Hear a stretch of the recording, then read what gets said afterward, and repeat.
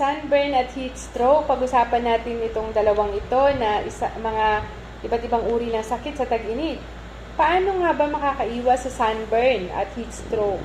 Umiwas po tayo sa sikat ng araw mula 10 a.m. hanggang 4 p.m. Sobrang init po niyan, sakit sa balat po niyan. Manatili tayo sa loob ng bahay o sa ilalim ng puno at maglagay po tayo ng sunblock na may SPF 15 or 30 or mas mataas pa para protektado po ang ating mga balat. Para makaiwas naman po sa heat stroke, sobrang init ng ating pong katawan.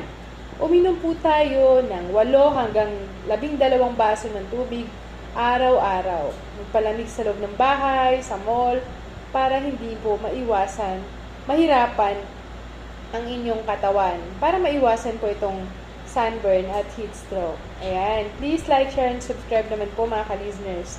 Thank you po.